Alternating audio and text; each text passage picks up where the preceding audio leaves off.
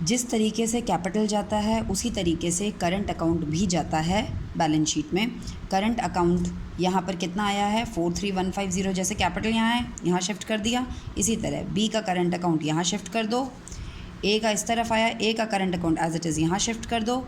इसके बाद ना यहाँ पे एक आदमी का और करंट अकाउंट सी का, सी के करंट अकाउंट से भी तो आपने पैसा लिया है ना, इसी तरफ वो भी इसी तरफ शिफ्ट कर दीजिए। जिसका भी है, जिसके अकाउंट में भी है, यहाँ से आपने सी के करंट अकाउंट से इन दोनों को पैसा दिया था, मिला के कितना 6000। तो सी का करंट अकाउंट भी अब आप यहाँ शिफ्ट कर दीजिए, डेबिट बैलेंस है उसका, तो यहाँ पर कर देते हैं 6000 रुपये। टोटल करेंगे, हमारा टोटल मैच हो गया। ओके बेटा, let's begin. Yes, now the point question number 82.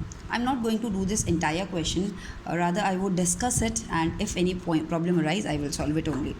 Okay, Shikhar and Rohit are partners, 7:3 was the ratio. They admitted Kavi for 1/4. यहाँ तक सारे क्वेश्चंस की तरह उन्होंने सेम लाइन लिखी है। 2 पार्टनर्स थे, इस रेशो में शेयर करते थे। ये उनका नए पार्टनर का वो था। कवि जो आई है 4,30,000 कैपिटल लाई है। कहाँ डालते हैं आप, सारे क्वेश्चन जो इतने पहले ऊपर कर चुके हैं देख लीजिएगा। 25,000 वो प्रीमियम का पैसा लेकर आई है, तो वो किसके लिए लाई होगी, शिखर और रोहित के लिए। शिखर और रोहित के अकाउंट में उस पैसे को दे दीजिएगा, प्रीमियम फॉर गुडविल लिख दीजिएगा। कौन सी रेशो में दोगे, जल्दी बोलो। Very good, sacrificing. किसी बच्चे ने ओल्ड बोला, मुझे सुनाई दिया, वेरी बैड। ओल्ड नहीं बोलना है, चाहे वो ओल्ड पार्टनर्स को मिल रहा है, लेकिन आपने वर्ड यूज़ करना है सैक्रिफाइसिंग रेशियो। ओके, अब हम बात करते हैं आगे, एक एक करके जल्दी जल्दी से।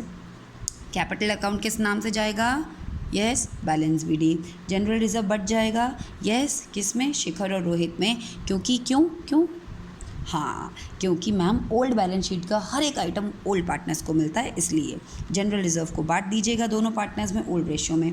वर्कमैन कंपनसेशन फंड, केवल यही पॉइंट आया है नया, बाकी तो सारे इजी थे। शिखर और रोहित ने वर्कमैन कंपनसेशन फंड बनाया हुआ था वर्कर्स के लिए 1 लाख रुपए का, ठीक है। अब देख लेते हैं क्या उसमें कुछ हुआ। पॉइंट नंबर सी कह रहा है the liabilities for workman compensation was determined as 50,000 rupees की लाइबिलिटी क्रिएट हो रखी है उनके ऊपर। वर्कर्स ने बोल रखा है कि हमें 50,000 रुपये का क्लेम चाहिए, कुछ काम आ गया होगा, तो लाइबिलिटी क्रिएट हो चुकी है। तो जितने की लाइबिलिटी क्रिएट होगी, चाहे वो कितने की भी हो, तो आपने उस लाइबिलिटी को यहाँ पर लाइबिलिटी साइड में दिखा देना है। कितने की लाइबिलिटी क्रिएट हुई है, ये 50,000 की हो, ये 1.5 लाख की हो, ये 5 रुपये की हो, ये 50 लाख की हो, जितने की हो आप यहाँ दिखा देंगे। फिर आप इसको ना अपना फ़ंड से कंपेयर करना। ये आपने लाइबिलिटी 50,000 यहाँ दिखा दिया।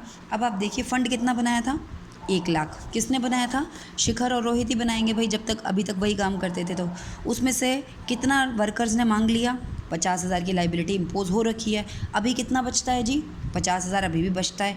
क्या उसमें नए वाले कवि को मिलना चाहिए, बिल्कुल नहीं मिलना चाहिए मैम। कवि ने थोड़ा ना बनाया था फ़ंड, जब मैंने बनाया था उसमें से खर्चा काट के भाई मैं ही तो लूँगा। तो यही बात है कि जो 50,000 रुपये बच गए, 1 लाख में से 50,000 का फ़ंड यूज़ हो गया, 50,000 रुपये बच गए, तो वो शिखर और इसी के हैं, क्या नाम है इसका, रोहित। तो आप उसको ये वर्कमैन कंपनसेशन फ़ंड का 50,000 जो बचा हुआ है वो इन दोनों को ही दे देना 7:3 में। समझ आ रही है।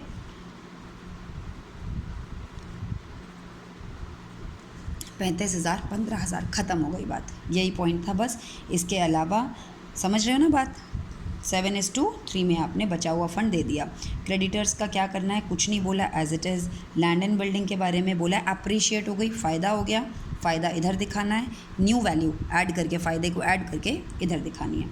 मशीनरी के बारे में बोला, रिड्यूस हो गई, नुकसान हो गया, नुकसान इधर दिखाना है, नुकसान माइनस करने के बाद जो बचा हुआ है वो यहाँ दिखाना है। इसके बाद है डेटर्स के बारे में कुछ नहीं बोला, एज़ इट इज़। जैसा उनकी प्रेजेंटेशन है डेटर्स, वैसे ही आप अपनी प्रेजेंटेशन भी दे दीजिएगा। 2,20,000 माइनस 20 बचे 2। स्टॉक है, स्टॉक के बारे में कुछ नहीं बोला, एज इट इज़ स्टॉक यहीं दिखाएंगे। कैश पे लगा देंगे छोटू सा स्टार। पॉइंट नंबर 1 नीचे आते हैं, लैंड एंड बिल्डिंग हो गया, मशीनरी हो गया, WCF हो गया। पॉइंट नंबर डी, अब देखते हैं on the basis of new partner है या on the basis of old partner है। Capital of Shikhar and Rohit will be adjusted on the basis of Kavi's capital, यानी कि on the basis of new partner है। बाकी इससे पहले जितने क्वेश्चन किए हैं उन्हीं की तरह वर्किंग नोट आप इसका भी करेंगे। जितनी न्यू पार्टनर, कभी कितनी कैपिटल लाया है 4,30,000, ये पुराने का एग्जाम्पल बता रही हूँ।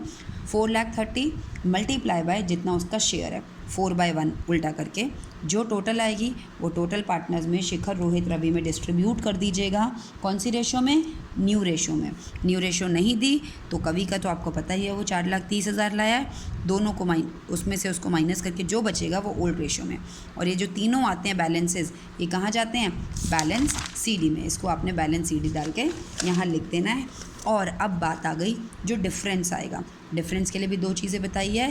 पहली क्या है? पहली है अगर डिफरेंस आएगा तो कैश में, और दूसरी क्या है? अगर आएगा तो करंट अकाउंट में।